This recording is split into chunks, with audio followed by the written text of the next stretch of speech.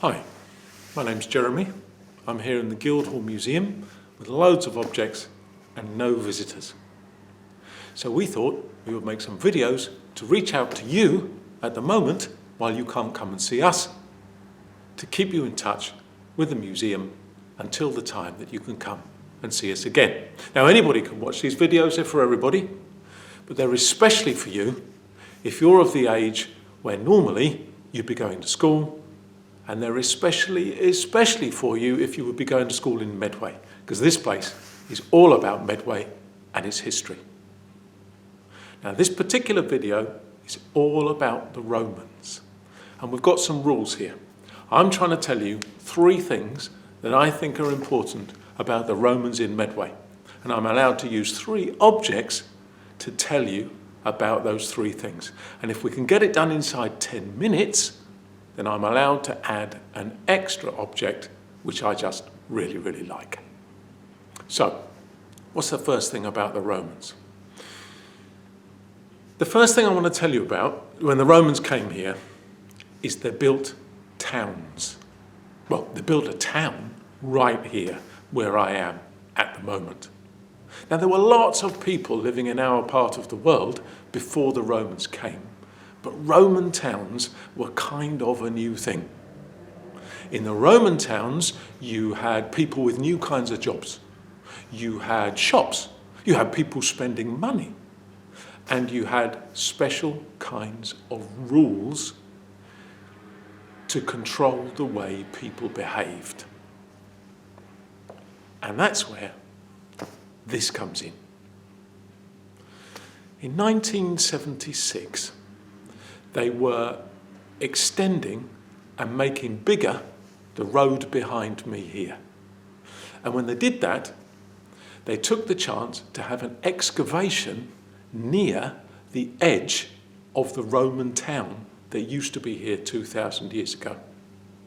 We know where the edge was because there was a wall. And when they did this excavation and dug down to the Roman levels of the town, they found in the bank that led up to where the Roman wall was a skeleton. Now this skeleton was the skeleton of a woman who was aged between about 25 and 40 when she died, and she was wearing lots of jewellery, about 15 bangles and bracelets, of which this is one. It's made of bronze, and it has this clever little clip at the top so you can push it together to spring it apart and take it off. The reason why this Roman skeleton is particularly important is she is a bit of a mystery. You see, Roman towns, they're not just places, they're an idea. And once you're inside the Roman town, your behaviour is supposed to change. And one of the main major laws about living in a Roman town is you must never ever bury a dead person inside the town wall. And that's exactly where our skeleton from 1976 was buried, just inside the Roman wall. And why was she there? Nobody knows. Nobody's ever going to know. Maybe she was buried in secret because she was murdered. Maybe she was special. So for some reason, somebody was allowed to break the law and put her there. Or maybe she was buried at a time when it was just too dangerous to go outside the town to where the Roman graveyard was. Second thing I want to tell you about the Romans is farms. Kent has always been a really good place for growing things. The Romans knew it. They knew about Kent before they even arrived in their invasion in 43 AD. So quite quickly, big farms were set up, producing foodstuffs that could then be sent to the towns like the one that was here. And this is a really good example of some of the equipment that was used in Roman farms 2,000 years ago. It's It's a great big lump of rock. It's a special kind of rock that these days we call pudding stone, because it looks a little bit like a Christmas pudding. But it's a natural rock that's formed and lots of little stones squeezed together to make one big lump. Now you can see that a person has done things to this rock. They've changed its shape, they've put a hole right through the middle. But it's a bit difficult to understand because there's more than one thing missing. There used to be another rock underneath. So that whenever you put anything inside the hole, it got stuck between the two rocks. So what we've got here is a piece of equipment to use on a farm to grind up wheat.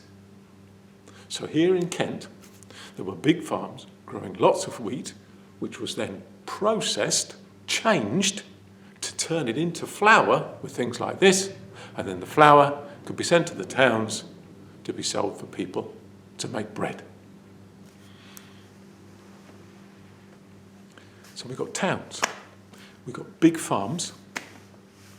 Third thing, potteries. Now this is an interesting one, because here we've got a really good example of Roman technology using local resources and materials. So the Roman Empire, when it came here to Britain, brought a new way of making things out of clay. They used the potter's wheel to get round shapes, and they used special kilns, which is like a kind of oven, to make the clay go hard and give it a nice smooth finish. The reason why that was particularly useful for the Romans who came to live here is here by the River Medway there is lots and lots of clay, and it looks like this. It gives us this deep black colour and a smooth shiny finish. In fact, the proper name for this kind of stuff is black burnished ware, which means it looks like it's been polished. What's particularly nice about this one, we've got lots of this stuff in this collection. You can see it's not round. It was made round before it was put in the kiln, but it looks like the kiln was too hot. It's curled up and cracked. There's no way this was going to go to market, so this was dumped by the pottery. And it stayed in the rubbish pit for 2,000 years. An archaeologist found it and gave it to the museum.